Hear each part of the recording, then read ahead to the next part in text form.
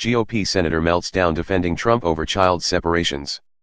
Republicans are going to have a long and difficult time weathering Trump's child confiscation crisis, if Senator Ron Johnson, RWI, is any indication. On Sunday morning's edition of CNN's State of the Union, Committee on Homeland Security and Governmental Affairs Chairman Ron Johnson spent the better part of his interview trying to blame President Obama for Trump's catastrophic policy of separating children from their parents, rather than pressing for those families to be reunited.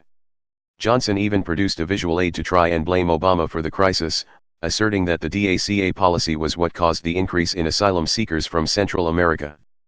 But host Jake Tapper pointed out that economist Michael Clemens says that the main reason for the increase of undocumented immigrants crossing the border, including the unaccompanied minors that you referred to, was the increase in violence in Central America, specifically Guatemala, Honduras, not the DACA policy. Is he wrong? Let's just take a look at the chart, a smirking Johnson said, reaching for his chart. But correlation is not causation, Tapper said. Johnson stammered an insistence that Obama was to blame, in addition to other factors like our insatiable demand for drugs, which he mentioned in twice.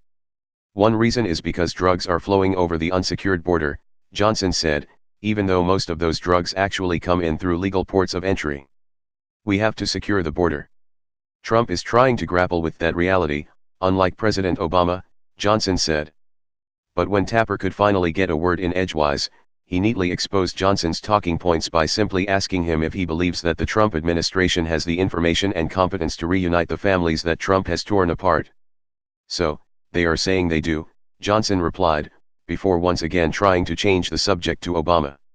Johnson spent the rest of the interview similarly trying to blame Obama, and would not commit to holding hearings on the children separated from their parents.